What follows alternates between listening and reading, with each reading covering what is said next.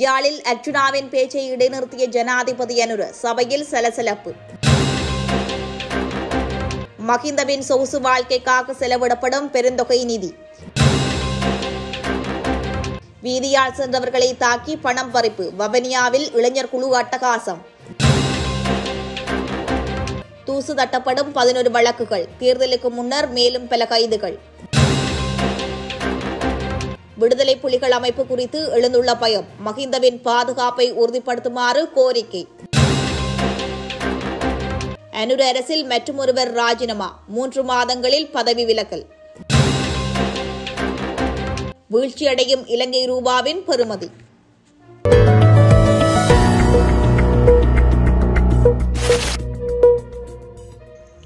காளிமுகத்துடல் அறக்கலைய பூமியில் தமிழீழ விடுதலை புலிகளின் அமைப்பின் நோக்கம் வெளிப்பட்டது.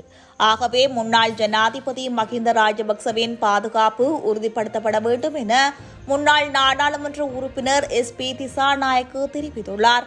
கொழும்பில் நேற்று நடைபெற்ற ஊடகவியலாளர் சந்திப்பின் போதே அவர் மேற்கண்டவாறு தெரிவித்துள்ளார். அவர் மேலும் தெரிவித்ததாவது: முன்னாள் ஜனாதிபதி மகிந்த ராஜபக்ச 30 ஆண்டுகால யுத்தத்தை முடிவுக்கு கொண்டு வந்தவர். விடுதலை புலிகள் அமைப்பு அளிக்கப்பட்டிருந்தாலும் அந்த அமைப்பின் நோக்கம் இன்றும் தேசிய மற்றும் சர்வதேச மட்டத்தில் வியாபித்துள்ளது.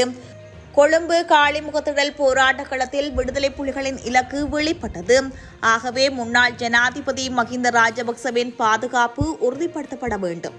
இதேவேளை முன்னாள் ஜனாதிபதிகளுக்கு வழங்கப்பட்டுள்ள சலுகைகள் பற்றி தற்போது பேசப்படுகிறது. ஓய்வு பெற்ற ஜனாதிபதிகளுக்கு வழங்கப்பட்டுள்ள அரசு உத்தியோகபூர்வ இல்லங்கள் வழங்கப்பட வேண்டும் என்று குறிப்பிடப்பட்டுள்ளது. ஆனால் அந்த வீடுகளை அவர்கள் தமது விருப்பத்திற்கு அமைய பிரிப்பித்துக் கொள்ள அனுமதி வழங்கவில்லை. முன்னாள் ஜனாதிபதி மகிந்த ராஜபக்சவிற்கு வழங்கப்பட்டுள்ள விஜயராம இல்லத்தை அவர்கள் அரசு செலவில் தமது விருப்பத்திற்கு அமைய புதுப்பித்துள்ளார்கள். நாடு வங்குரோத்து நிலையடைந்த சந்தர்ப்பத்திலும் அந்த வீட்டை புனரமைப்பதற்கு பல மில்லியன் ரூபாய் செலவிடப்பட்டுள்ளது. ஆகவே இது முறையற்றதொரு செயற்பாடாகும் எனவும் தெரிவித்துள்ளார். கடந்த அரசாங்கங்களின் காலத்தில் நடைபெற்ற மோசடி, சட்டவிரோத சொத்து குவிப்பு விடயங்களுடன் தொடர்புடைய 11 வழக்குகள் தற்போதைக்கு தூசு தட்டப்பட்டுள்ளதாக அறிய கிடைத்துள்ளது. இதன்படி முன்பு நடைபெற்ற ஊழல், மோசடி மற்றும் சட்டவிரோத சொத்து குவிப்பு விடயங்கள் தொடர்பில் வழக்குகள் பதியப்பட்டு பின்னர் விசாரணைகள் நிறுத்தி வைக்கப்பட்டிருந்த 11 வழக்குகளையே மீண்டும் முன்னெடுக்க தற்போது தீர்மானிக்கப்பட்டுள்ளது. அதன் பிரகாரம் 4 வழக்குகளின் விசாரணைகளை நிறைவு செய்துள்ள குற்றப்புலனாய்வு பிரிவு போலீசார் சட்டமா அதிபரின் ஆலோசனைக்காக அவற்றை அனுப்பி வைத்துள்ளனர். மேலும் 4 வழக்குகள் தொடர்பான கோப்புகள் லஞ்சம் மற்றும் ஊழல் ஒழிப்பு ஆணைக்குழுவிற்கு அனுப்பி வைக்கப்பட்டுள்ளன. ஏனைய 3 வழக்குகள் தொடர்பிலும் துரிதமான விசாரணைகள் முன்னெடுக்கப்பட்டுள்ளன. பெரும்பாலும் உள்ளூராட்சி தேர்தலுக்கு முந்தைய காலகட்டத்தில் முன்னைய அரசின் 5க்கும் மேற்பட்ட முன்னாள் அமைச்சர்கள் கைது செய்யப்படலாம் என்று தெரியவந்துள்ளது. வவுனியா கற்குழி பகுதியில் இளைஞர் குழு வீதியால் சென்றவர்களை வழிமறித்து வாள் மற்றும் பொருள்களால் தாக்கி அவர்களிடம் பணம் பறித்த சம்பவம் ஒன்று இடம்பெற்றுள்ளது.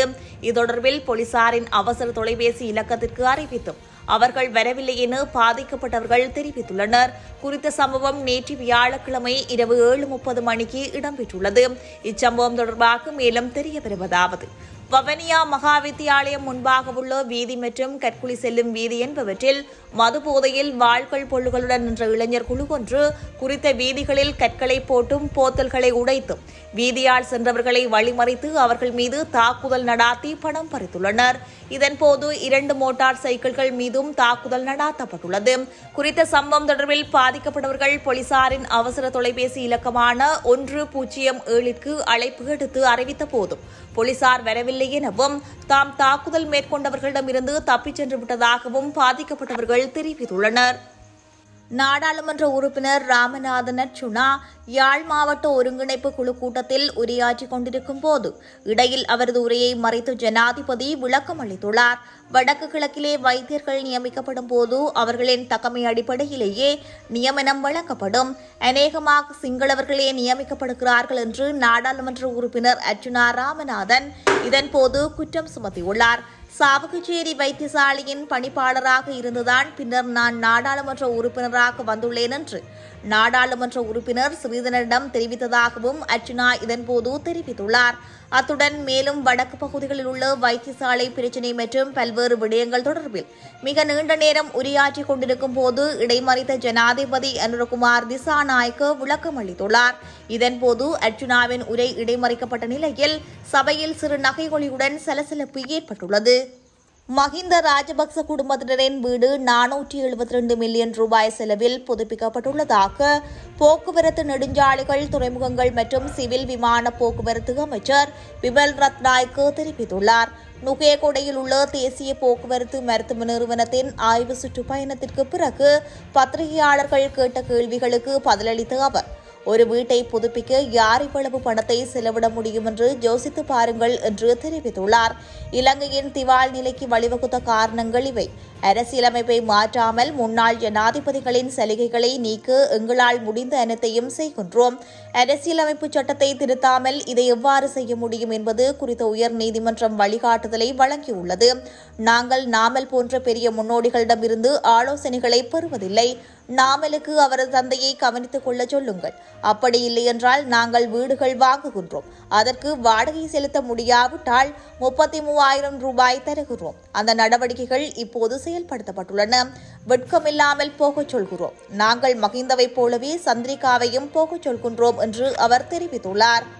இந்த வாரம் முழுவதும் அமெரிக்க டாலருக்கு நிகரான இலங்கை ரூபாவின் பெறுமதியில் சற்று தளம்பல் நிலை காணப்பட்டுள்ள நிலையில் இன்றைய தினம் இலங்கை ரூபாவின் பெறுமதி மீண்டும் வீழ்ச்சியடைந்துள்ளது. நேற்றைய தினம் அமெரிக்க டாலர் ஒன்றின் கொள்முதல் பெறுமதி 292.45 ரூபாவாக காணப்பட்ட நிலையில் இன்றைய தினம் 293.23 ரூபாவாக அதிகரித்துள்ளது. அதன்படி அமெரிக்க டாலரின் விற்பனை பெறுமதி நேற்று 301.15 ரூபாவாக காணப்பட்டதோடு இன்று 301.99 ரூபாவாக பதிவாகியுள்ளது. இதேவேளை ஸ்டேர்லிங் பவுண்ட் ஒன்றின் கொள்முதல் பெறுமதி 363.24 ரூபாவாகவும் கொள்முதல் பெறுமதி 376.97 ரூபாவாகவும் பதிவாகியுள்ளது. யூரோ ஒன்றின் கொள்முதல் பெறுமதி 303.14 ரூபாவாகவும் விற்பனை பெறுமதி 315.54 ரூபாவாகவும் பதிவாகியுள்ளது. மேலும் கனேடிய டாலர் ஒன்றின் கொள்முதல் பெறுமதி 201.50 ரூபாவாகவும் விற்பனை பெறுமதி 209.96 ரூபாவாகவும் பதிவாகியுள்ளது. ஆஸ்திரேலிய டாலர் ஒன்றின் கொள்முதல் பெறுமதி 180.61 ரூபாவாகவும் விற்பனை பெறுமதி 189.89 ரூபாவாகவும் பதிவாகியுள்ளது. இந்த நிலையில் நேற்றைய தினத்துடன் ஒப்பிடுகையில் இன்று வர்த்தக வங்கிகளில் அமெரிக்க டாலருக்கு நிகரான இலங்கை ரூபாவின் பெறுமதி வீழ்ச்சியடைந்துள்ளது. NDB வங்கியின் கூற்றுப்படி அமெரிக்க டாலரின் கொள்முதல் விகிதம் ரூபாய் 292.80 முதல் ரூபாய் 293.75க்கும் விற்பனை விலை ரூபாய் 302.80 முதல் ரூபாய் 303.75க்கும் பதிவாகியுள்ளது. இதேவேளை அமெரிக்க டாலரின் கொள்முதல் மற்றும் விற்பனை விகிதங்கள் ரூபாய் 291.74 முதல் ரூபாய் 292.38க்கும் ரூபாய் 302.21 முதல் ரூபாய் 302.87 முறையே பதிவாகியிருப்பதாக மக்கள் வங்கி தெரிவித்துள்ளது. கொமர்சல் வங்கியில் அமெரிக்க டாலரின் கொள்முதல் பெறுமதி ரூபாய் 291.18 முதல் ரூபாய் 291.96 வரையிலும் விற்பனை பெறுமதி ரூபாய் 300.75 முதல் ரூபாய் 301.50 என்றவாறாக காணப்படுகிறது. இலங்கை தேசிய வீடமைப்பு அபிவிருத்தி அதிகார சபையின் தலைவர் NPM ரணதுங்க ராஜினாமா செய்துள்ளார். ராஜினாமா கடிதம் விடயத்திற்கு பொறுப்பான அமைச்சரிடம் கையளிக்கப்பட்டுள்ளதாக அவரது அலுவலகம் உறுதிப்படுத்தியுள்ளது. கடந்த அக்டோபர் 10 குறித்த பதவிக்கு NPM ரணதுங்க நியமிக்கப்பட்டிருந்தார். அதன்படி அவர் அந்த பதவியில் 3 மாதங்கள் மட்டுமே பணியாற்றி வந்த நிலையில் தனது ராஜினாமாவுக்கான காரணங்களை விளக்கி ஒரு நீண்ட கடிதத்தை எழுதியிருந்தார். இதேவேளை இலங்கை போக்குவரத்து சபையின் தலைவர் ரமால் ஸ்ரீவர்த்தன தனது பதவியை ராஜினாமா செய்ததாக கடந்த 29 தெரிவிக்கப்பட்டது. மேலும் தேசிய தொலைக்காட்சியின் தலைவராக நியமிக்கப்பட்ட கலாநிதி ஷெனோஸ் திசாநாயக்க பண்டாரவும் சமீபத்தில் பதவி விலகிய நிலையில் தற்போது மற்றொருவர் பதவி விலகியுள்ளமை குறிப்பிடத்தக்கது.